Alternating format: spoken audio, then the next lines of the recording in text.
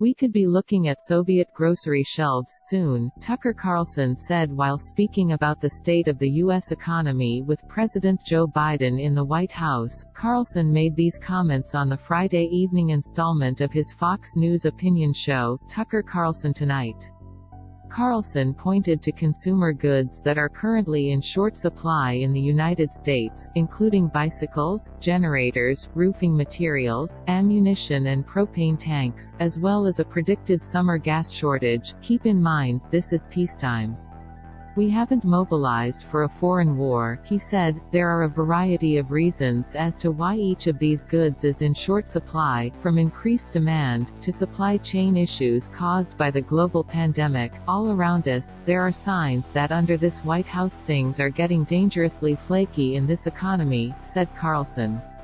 His prediction came on the heels of a statement about the higher-than-expected unemployment numbers that had just been released Friday, showing 6.1% of Americans now out of work, at the same time as close to 14 million Americans are reporting that they can't find satisfactory employment. Record numbers of employers are reporting that they can't find employees to staff open positions. These labor droughts are particularly notable in the restaurant and manufacturing sectors.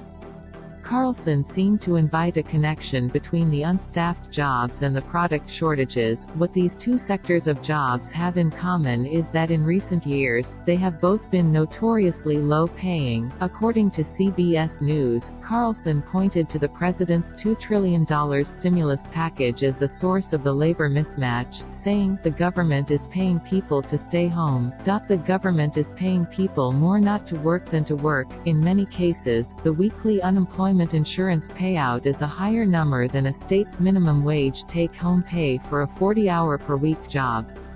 The federal minimum wage is $7.25, totaling just $290 per week before taxes are taken out.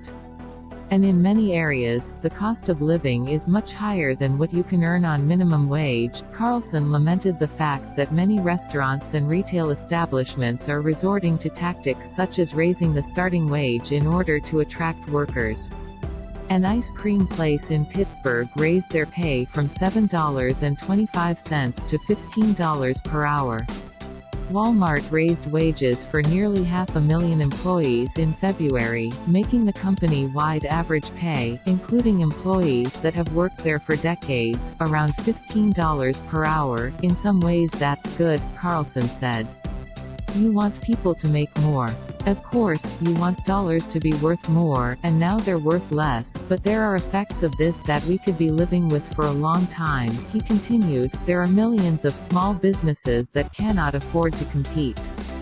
They're not Walmart. And many of them will go under because of the pressure applied by the U.S. government on the labor market," he said, referring to the emergency safety net provided by the Biden administration's COVID relief bill. Newsweek reached out to Fox News for comment and will update this story with any response.